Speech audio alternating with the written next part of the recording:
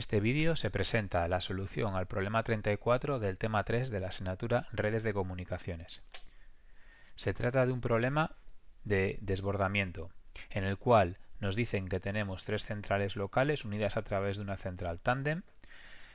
con la matriz de tráfico que se muestra en la parte superior derecha de la pantalla.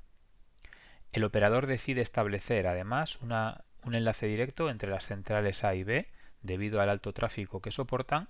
y se pide, utilizando enlaces unidireccionales en toda la red, dimensionar en primer lugar el enlace directo entre las centrales A y B utilizando una estrategia de ocupación secuencial de los recursos y asegurando que el tráfico cursado por el menos cargado de dichos recursos sea superior a 0,6 Erlans. En el apartado B se nos pide repetir el mismo dimensionado, pero asumiendo en esta ocasión una estrategia de ocupación aleatoria de los recursos en el enlace directo entre A y B. A partir de los resultados del apartado A, en el apartado C tenemos que acometer el dimensionado del resto de los circuitos de nuestra red. Posteriormente se nos pide que calculemos el grado de servicio en las comunicaciones entre las centrales A y B y A y C, y posteriormente se nos dice que planteemos qué es lo que hubiera pasado de haber supuesto enlaces bidireccionales a la hora de acometer el ejercicio. Empezamos mostrando cuál es la topología de la red que vamos a utilizar.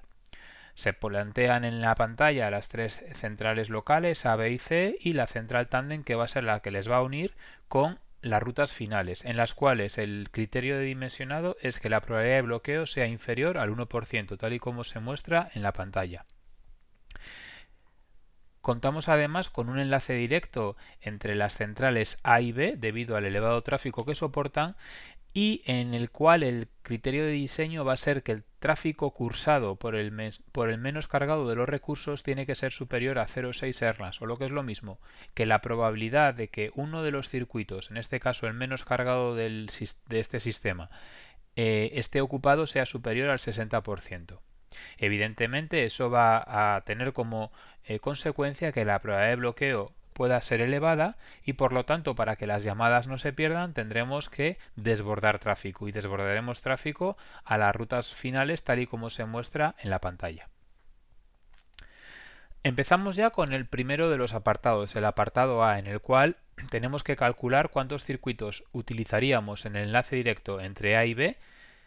utilizando o asumiendo una estrategia de ocupación secuencial para que el menos cargado de los circuitos esté ocupado el 60% del tiempo, o lo que es lo mismo, que el tráfico cursado por dicho circuito, el menos cargado de todo el sistema, sea superior a 0,6 Erlans. Utilizamos la expresión genérica que nos dice cuál es el tráfico cursado por el circuito késimo en un conjunto de k recursos cuando se supone una estrategia de ocupación secuencial, como podéis ver en la pantalla. Sustituyendo tráfico ofrecido por 4 Erlans e imponiendo el criterio de que ese tráfico cursado tiene que ser superior a 0,6, podemos establecer que la probabilidad de bloqueo que tendríamos con k-1 recursos cuando se le ofrece 4 Erlans menos la que tenemos con k recursos también cuando se le ofrece 4 Erlans tiene que ser superior a 0,15.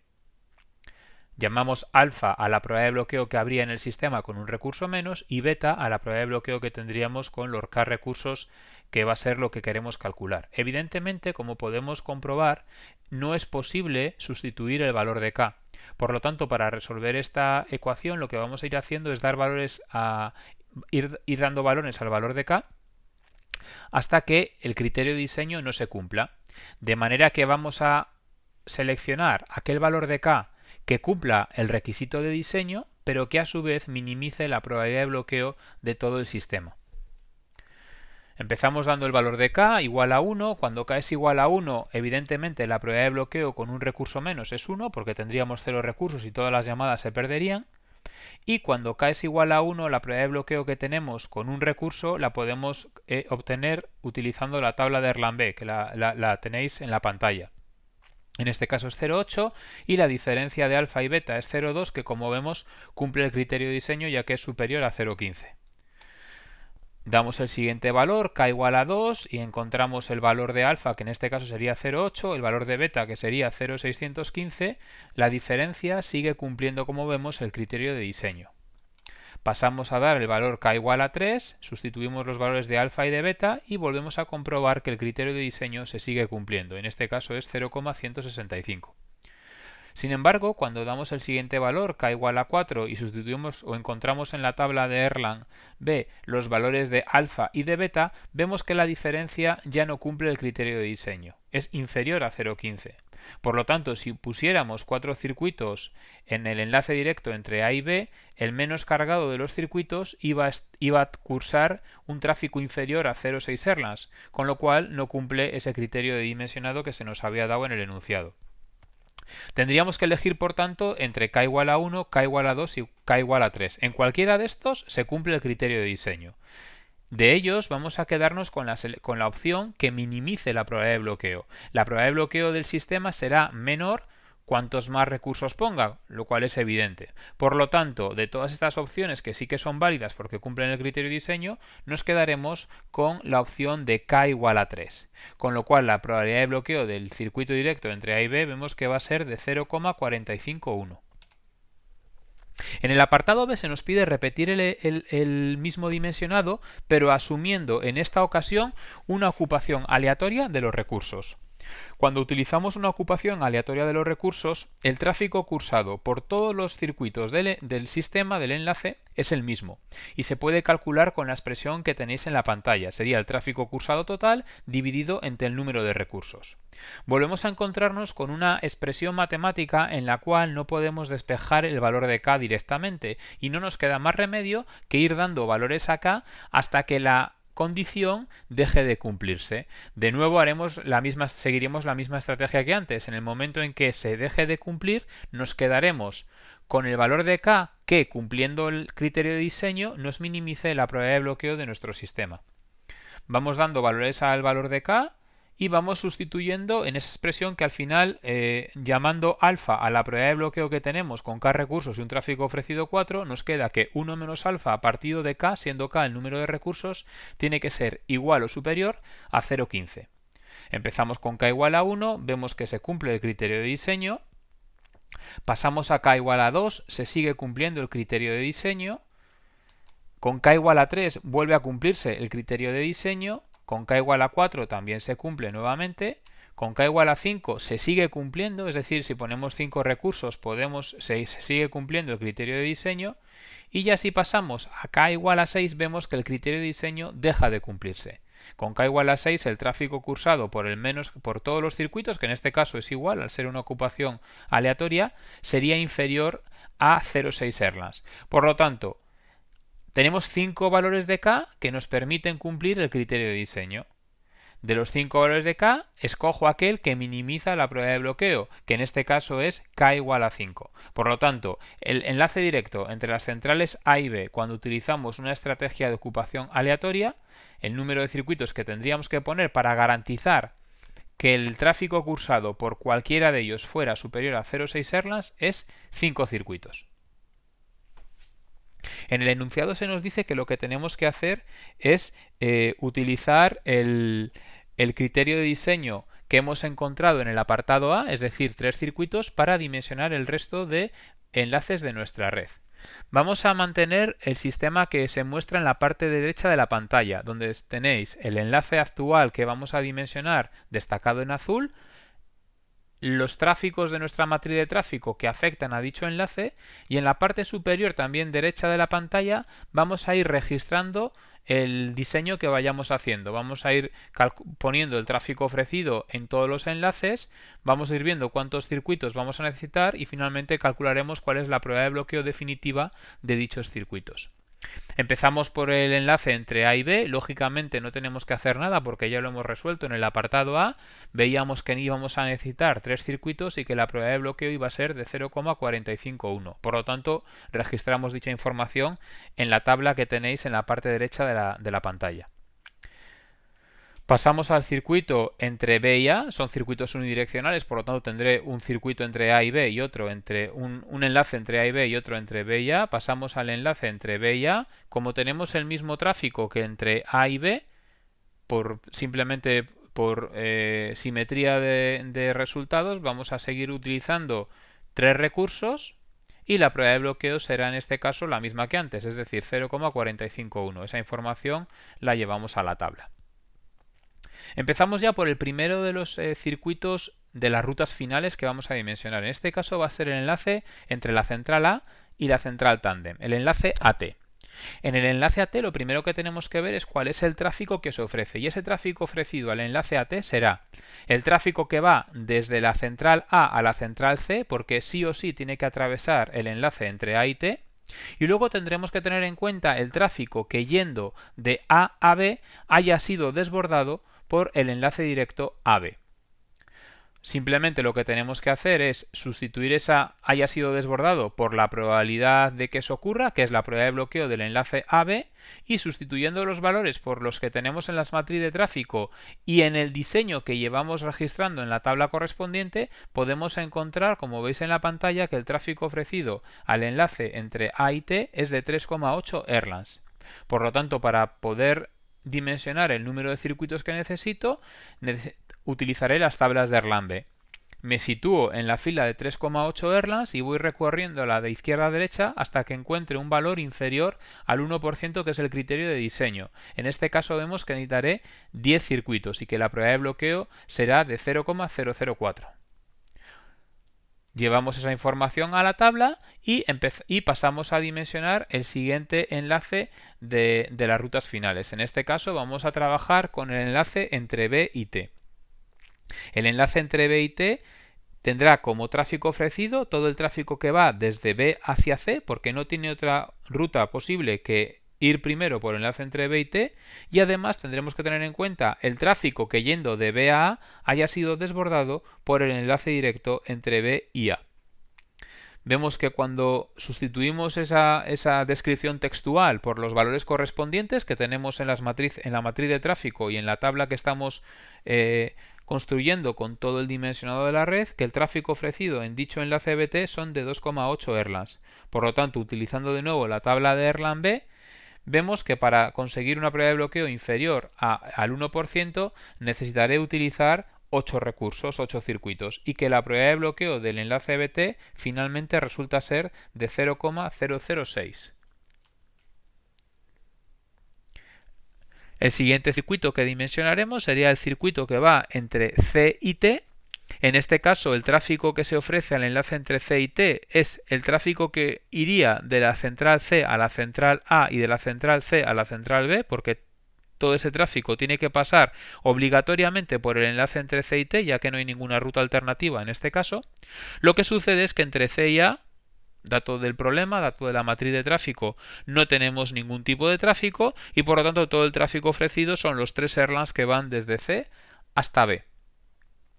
Por lo tanto, imponemos el requisito de que el Erlang B del número de circuitos en el enlace entre C y T cuando se le ofrecen 3 Erlands tiene que ser inferior al 1% y obtenemos que necesitaremos 8 recursos, con una probabilidad de bloqueo que situamos definitivamente en 0,008.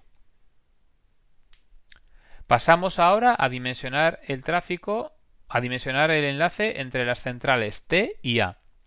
En este caso, en el enlace entre T y A tendremos que tener en cuenta el tráfico que iba de C a A y que no se haya perdido en el primero de los enlaces de la ruta, es decir, que haya sido cursado por el enlace entre C y T. Además, tendremos que tener en cuenta el tráfico que iba de B a A, que hubiera sido desbordado por el enlace directo BA y que haya sido cursado por el enlace BT, que es el primero en la ruta final desde B hasta A. Pasando esa descripción textual que acabamos de explicar por su correspondiente expresión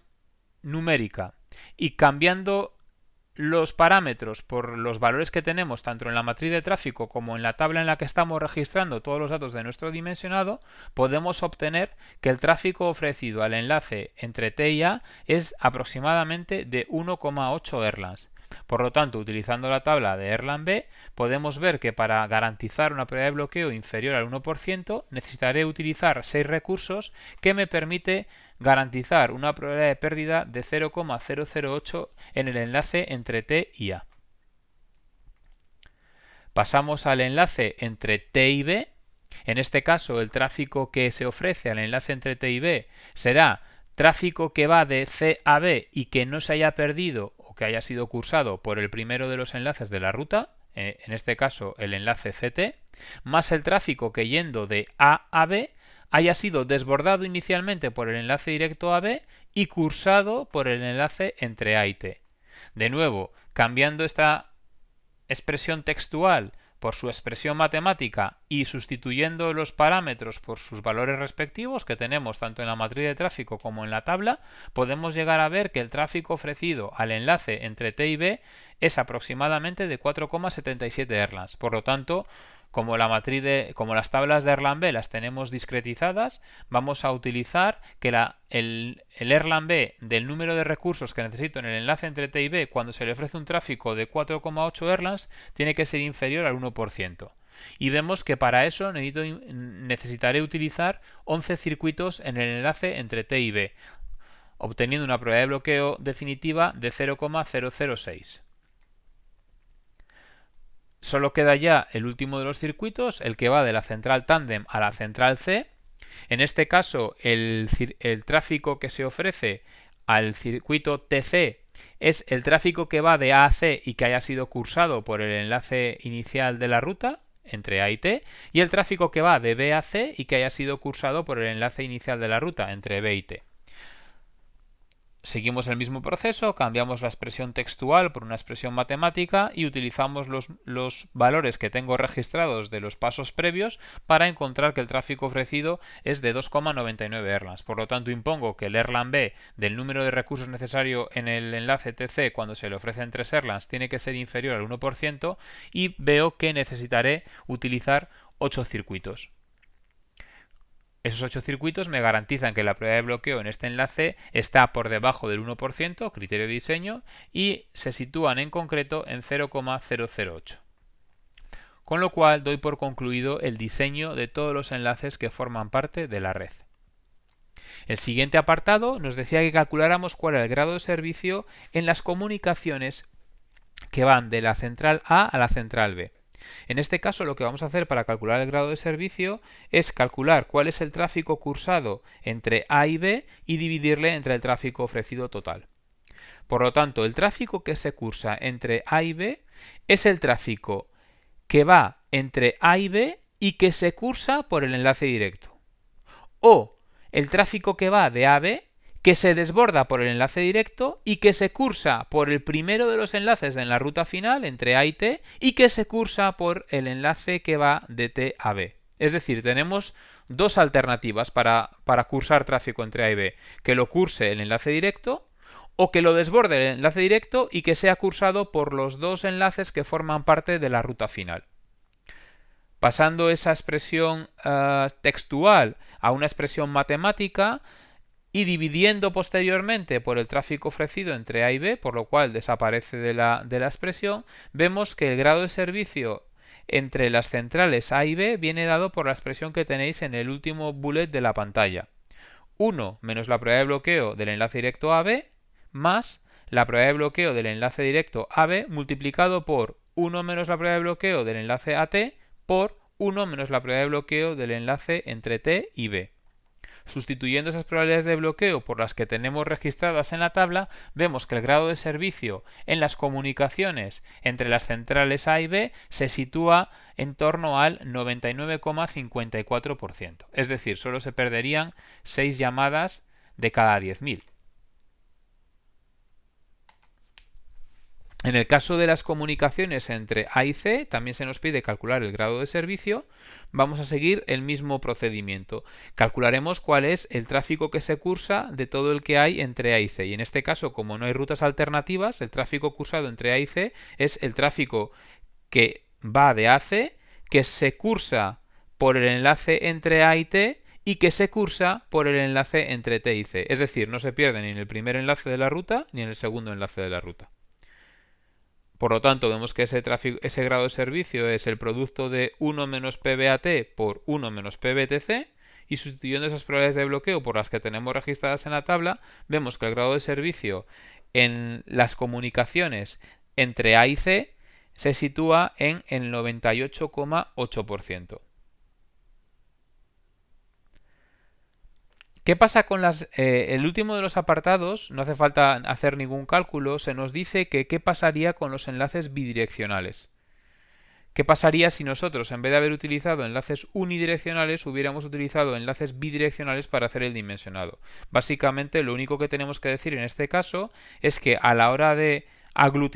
una de las consecuencias de aglutinar tráfico si utilizamos dimensionado basándonos en la fórmula de Erlang-B es que vamos a necesitar un número de circuitos inferior, porque cuando tenemos dos flujos de tráfico y hacemos dimensionado diferenciando recursos para cada flujo de tráfico, el número de recursos que íbamos a necesitar sería superior a si nosotros, antes de hacer el dimensionado, unimos los dos flujos de tráfico en uno solo. Evidentemente, al utilizar enlaces bidireccionales, estamos uniendo los dos flujos de tráfico que se ofrecen a los enlaces unidireccionales y por lo tanto la consecuencia es que el número de circuitos habría sido inferior.